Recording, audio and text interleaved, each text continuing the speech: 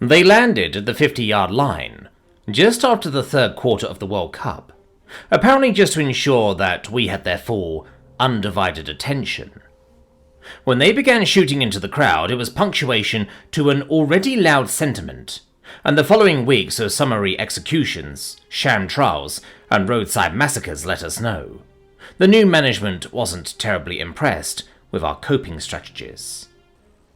Suffice to say, we did not do as expected. They were prepared for worldwide resistance, full capitulation, and variance on the theme. They did not expect us to quietly go along with the prospect, save for a few outliers who ended up stashed in hideouts shortly before fire was literally rained upon them until morale improved or obedience wasn't a concern again. For 3 long, embarrassing years, we were their conscripted labor force, chained to their economy, induced into skewed contracts without the benefit of expertise or negotiators on our behalf.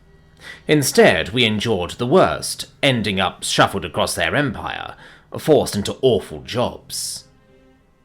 One small perk to their vast network was free communications access, which mingled well with their exceptional inherent healthcare system. It took them almost 5 months of careful explanations before they understood what pay-for-play health insurance meant, and that it, to whatever degree, wasn't intended as a joke. It's considered that that was what inspired them to put us to work in their sanitation department, to humble us further. In hindsight, that wasn't their brightest move. We laboured for a dozen more years, slowly accumulating enough funds for families and social organisations to network their finances to a point where investing in a planet was an option.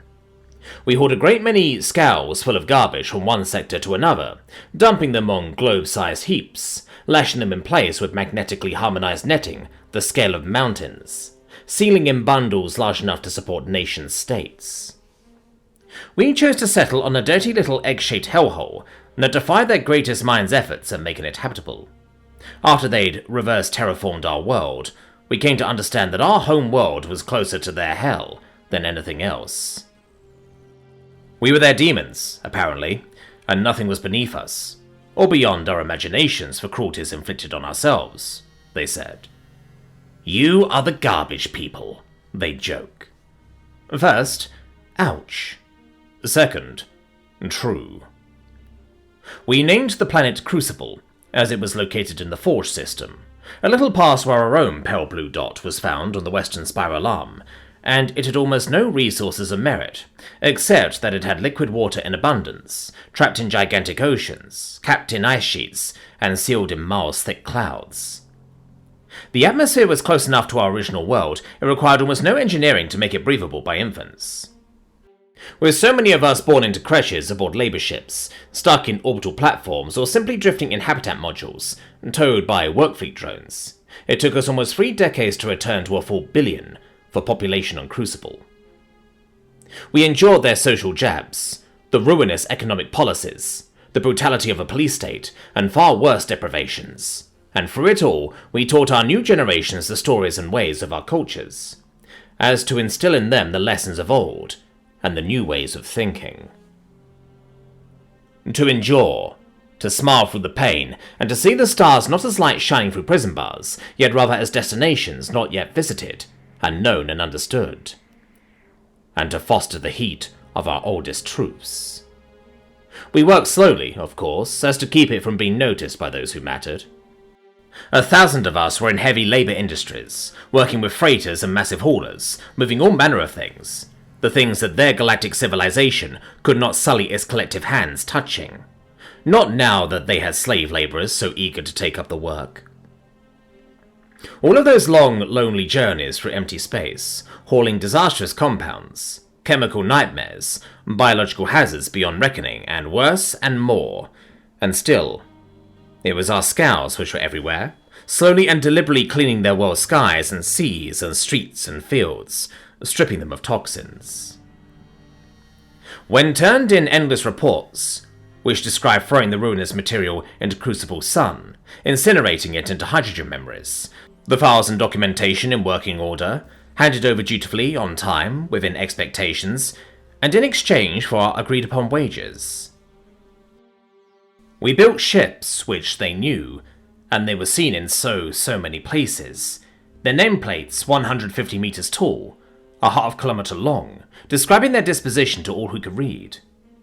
The radio networks were filled with the call signs of the vessels, announcing their presence and cargo, and no self-respecting customs agent was in a rush to board a vessel operated by the diseased wretches from Crucible and inspect their cargo full of 16-syllable nightmares in leaking barrels.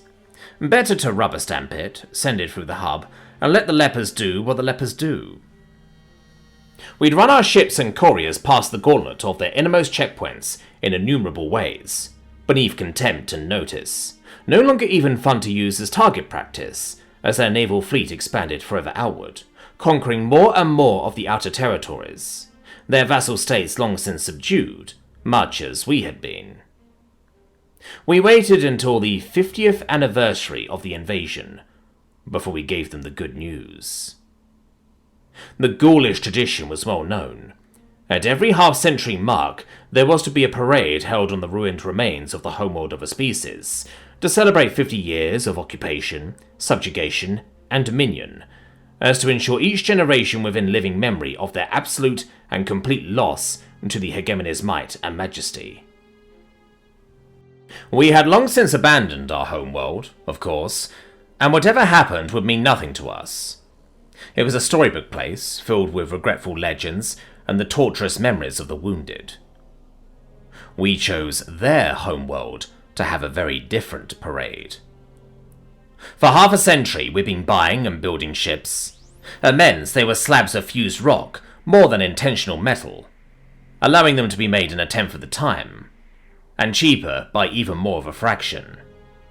Immense, they were slabs of fused rock more than intentional metal, allowing them to be made in a tenth of the time, and cheaper by even more of a fraction.